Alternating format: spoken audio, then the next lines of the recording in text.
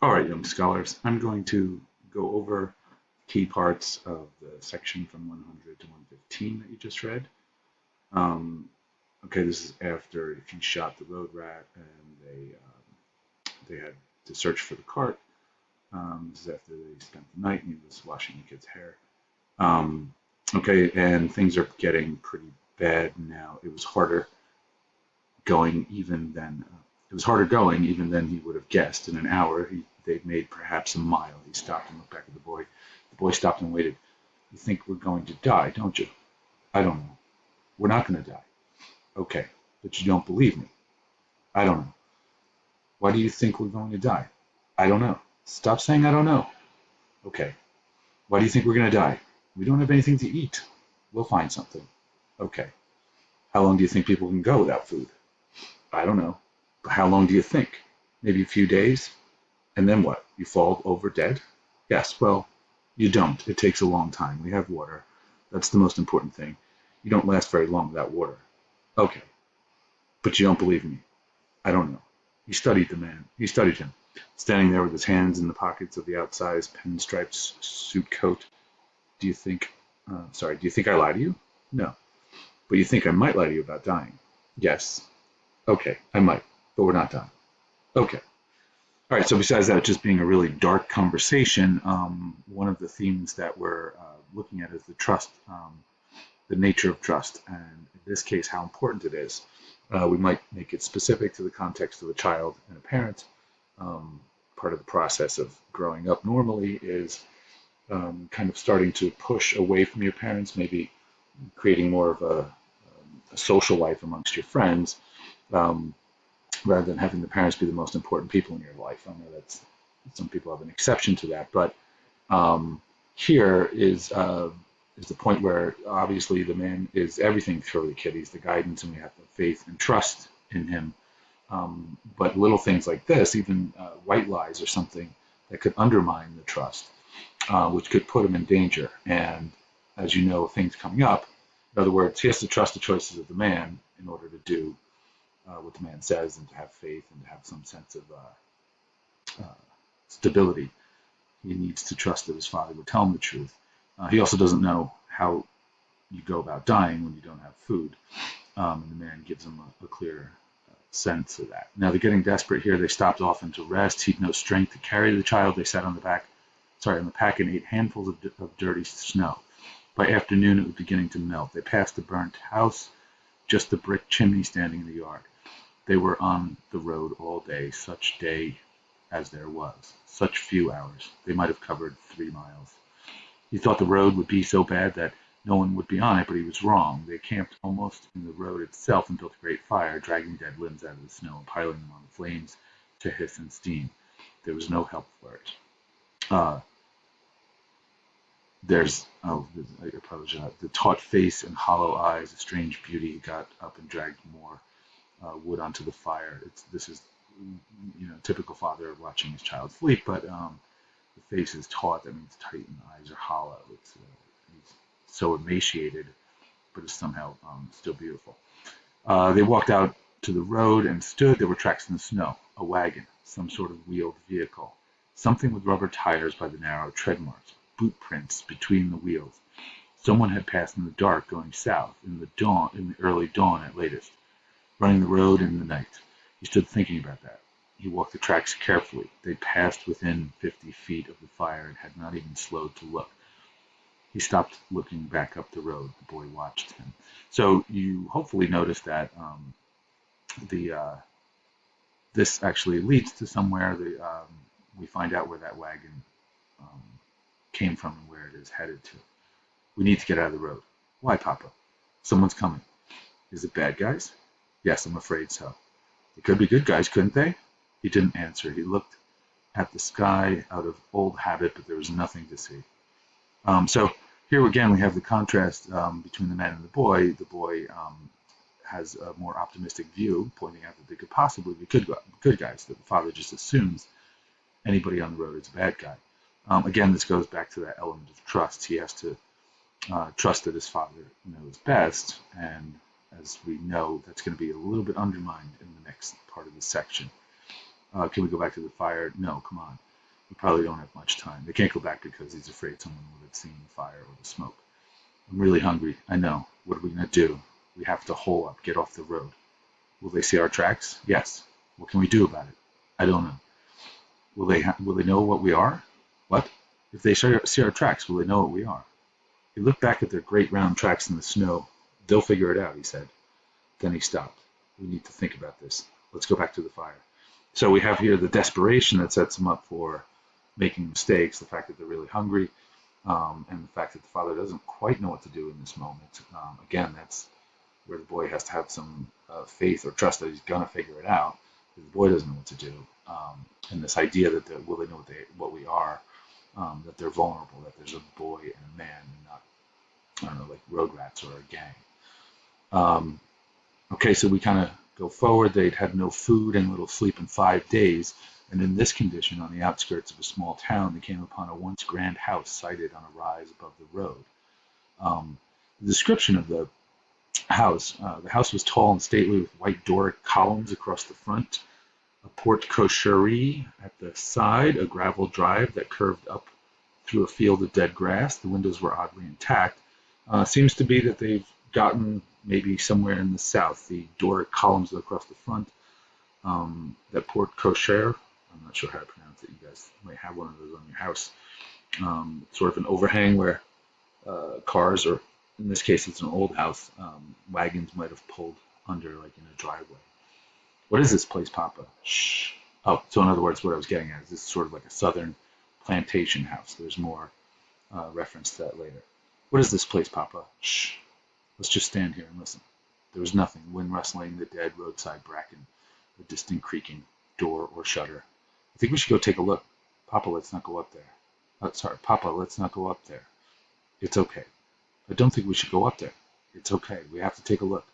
They approached slowly up the drive, no tracks in the random patches of melting snow. So here we see the kid is worried. He senses danger. The man is so desperate, though, that he feels compelled to. So as they lead in, some of the things that become significant later is one of the windows was slightly open and a cord ran from it and across the porch to vanish in the grass. We know where that cord goes later. Hopefully you noticed that. There's this reference here, chattel slaves had once trod those boards, bearing food and drink on silver trays. They went to the window and looked in. So this is obviously somewhere where slavery had been. This is a memory of, and chattel slavery is one of those specially and unique American variations on something horrific. Chattel slavery is breeding and selling slaves like animals. A reference to another, here we are in a future where humanity is at its worst, and it's a reference to that, hints of the potential for that horrible nature of man from its past. Right? What if there's someone near, Papa? There's no one there. We should go, Papa. We've got to find something to eat. We have no choice. We could find something somewhere else. It's going to be all right. Come on. I think that's a typo. It's supposed to be a kid. Took the pistol from his belt. The doors, and when he comes into the house, the doors and the drawers were gone, but the rest of it was too large to burn. Talking about a dresser. They stood in the doorway, piled in a windrow. In one corner of the room was a great heap of clothing, clothes and shoes, belts, coats, belts, and old sleeping bags. He would have ample time later to think about that. The boy hung on to his hand. He was terrified. So this part is something that I want to actually highlight in a different color because I'm looking at the clues of things that he missed on the way in because of his desperation. He would have ample time. All right, so we know what these clothes come from having done the reading. All the people that own them are down the hatch. There were mattresses and bedding arranged on the floor in front of the hearth. Papa, the boy whispered, so clearly people. The cord that came through the window was tied to a brass bell, and the bell was fixed in a rough wooden jig that had been nailed to the window molding. So this cord goes out to that little house he notices later, so they can catch people on the road, signal with a bell. Everybody come out. Smell of mold and excrement. In the floor of this room was a door or hatch, and it was locked with a large padlock made of stacked steel plates. He stood looking at it. We should go, Papa. We've got to eat. I'm not hungry, Papa. I'm not. They pushed out through the back door, the boy hanging onto him. He shoved the pistol in his belt and stood looking out over the yard. There was a brick walkway and the twisted and wiry shape of what had once been a row of boxwoods. In the yard was an old iron harrow propped up on piers of stacked brick, and someone had wedged between the rails of it a 40-gallon cast iron cauldron of the kind once used for rendering hogs. So this part, there's a giant metal pot over a fire or a place where they would have fires. And rendering hogs is boiling off the fat of the hogs to use for grease, cooking grease, and that sort of thing. Underneath were ashes of a fire and blackened billets of wood. Off to one side, a small wagon with rubber tires. This is the trail that the tracks he saw earlier. All these things he saw and did not see. So he saw them, but he did not process it. He didn't see the danger. He crossed, half dragging the child, and went sorting through his tools standing in a barrel under the shed roof. So here, the boy is completely reluctant. He totally sees all of the danger, and the father's ignoring it, and this has got to undermine his trust in his father's judgment, and also the fact that he can't really do anything about it. He stopped, listen to me, just stop it, we're starving, do you understand? He started down the rough wooden steps. This is after they rip open the thing. He ducked his head and then flicked a lighter and swung the flame out over the darkness like an offering. Here's another one of the sort of religious things, an offering like an ancient ritual. Okay, coldness and damp, an ungodly stench. The boy clutched at his coat. He could see part of a stone wall, clay floor, an old mattress darkly stained. He crouched and stepped down again and held out the light. Huddled against the back wall were naked people, male and female, all trying to hide, shielding their faces with their hands. On the mattress lay a man with his legs gone to the hip and the stumps of them blackened and burnt. The smell was hideous. So what this is they've cauterized. They would cut off a piece of them, in this case a leg, and then to cauterize is to take like something heated up really hot, like a piece of metal, and then to burn it to seal the wound, so that the man doesn't die, so they can come in. So they're like chopping parts off, burning closed the wound, and then coming back for more. They're like keeping them alive and taking parts one at a time. Fun fact, my brother was a chef, and he said once in a while, in really busy kitchens, the chef would might take a piece of his thumb off with a knife, but they couldn't stop, so he'd just take his thumb or wherever he cut and cauterize it, seal the wound on the grill, just keep going to work, which is pretty grisly and also gross. Jesus, he whispered. Then one by one they turned and blinked in pitiful light. Help us, they whispered. Please help us. Christ, he said. Oh, Christ. He turned and grabbed the boy. Hurry, he said. Hurry. He dropped the lighter. No time to look. He pushed the boy up the stairs. Help us, they called. Hurry. Bearded face appeared blinking at the foot of the steps. Please, he called, please. Hurry, for God's sakes, hurry. He shoved the boy through the hatch and sent them sprawling. He stood and got hold of the door and swung it over and let it slam down, and he turned to grab the boy, but the boy had gotten up and was doing his little dance of terror. For the love of God, will you come on, he hissed. The boy was pointing out the window, and he looked, and when he looked, he went cold all over. Coming across the field toward the house were 4 bearded men and 2 women. He grabbed the boy by the hand. Christ, he said, run, run. So they tear through the house. He's still saying run. He looked toward the house but could see nothing. If they came down the drive, they would see him running through the trees with the boy. This is the moment. This is the moment.